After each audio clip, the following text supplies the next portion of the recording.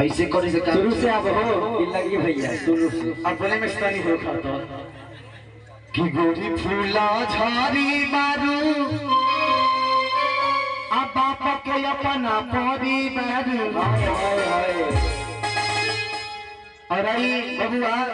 भाई पियर की फराक वाली खातिर कहवे के बाद कि प्यार जब करे के बात बहरिया घर से बोले लुका के रहबू फनामा तू अपना बाबूजी के डर से तेरा बाप के डर लागेला बोलना माइक अरे माइक बोले बिजली के बिल थोड़ी बढ़ी इतना लागेला तेरा बाबूजी के हाय हाय एकरा बारे में दिलंगी भैया भाई रहे लिखे प्रमोद प्रेमी के जोड़े पूरा शॉर्ट के डांस करे प्रमोद प्रेमी के घर के लटा दिखा कि कबले लुटा के रहबे अपना बाबूजी के डर अब प्यारी जब करे के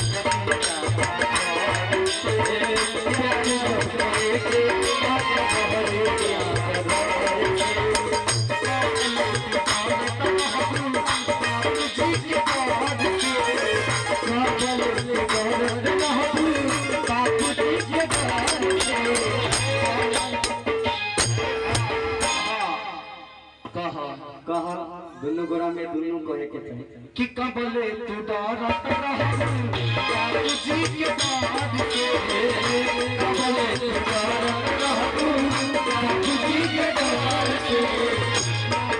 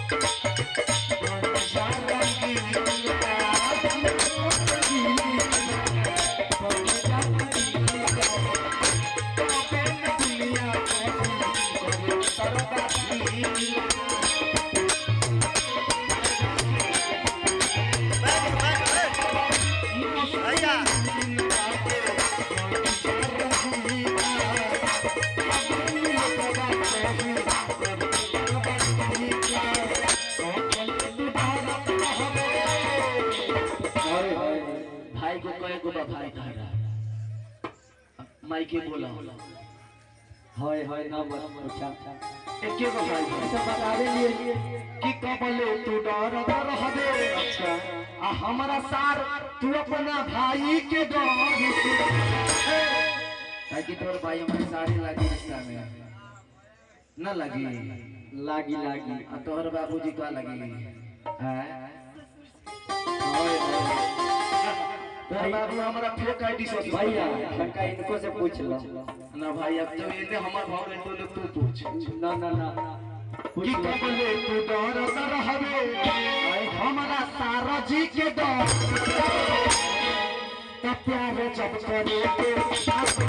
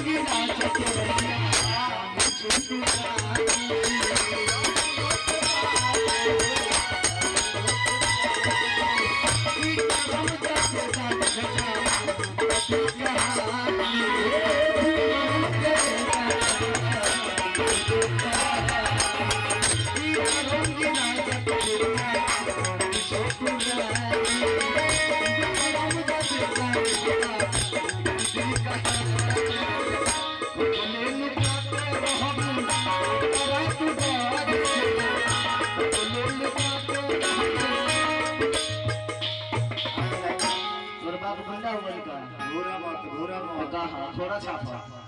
घूरा ना कि कबले लुका के यार बन बाला के दौर से